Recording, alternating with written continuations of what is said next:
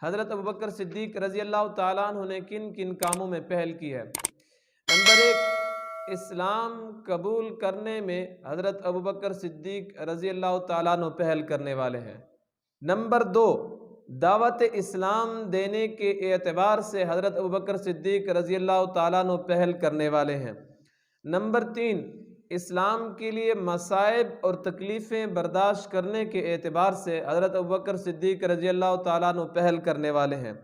Number 4، رسول اللہ صلی اللہ علیہ وسلم کا دفاع اور حفاظت کرنے کے اعتبار سے حضرت ابوبکر صدیق رضی اللہ تعالیٰ عنہ پہل کرنے والے ہیں۔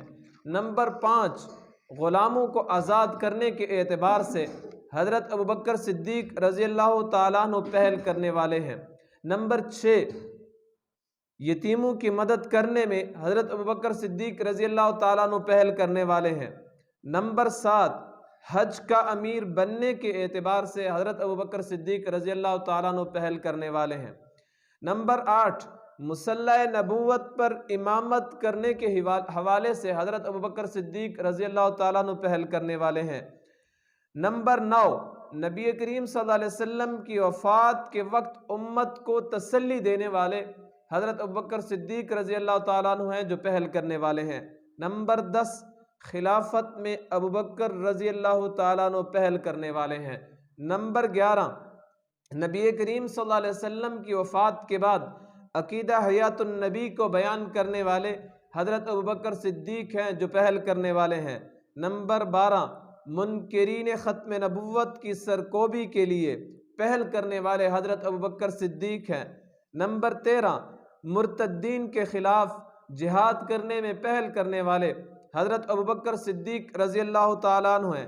نمبر 14، مانعین زکوٰۃ یعنی جن لوگوں نے زکوٰۃ کا انکار کیا ان کے خلاف قتال کرنے والے جہاد کرنے والے حضرت ابوبکر صدیق رضی اللہ تعالیٰ عنہ ہیں۔ نمبر 15، قرآن کریم کو جمع کرنے کے حوالے سے حضرت ابوبکر صدیق رضی اللہ تعالیٰ عنہ پہل کرنے والے ہیں۔ نمبر 16، نبی کریم صلی اللہ علیہ وسلم کے ساتھ روضہ مبارک میں دفن ہونے میں پہل کرنے والے حضرت ابوبکر صدیق رضی اللہ تعالیٰ عنہ۔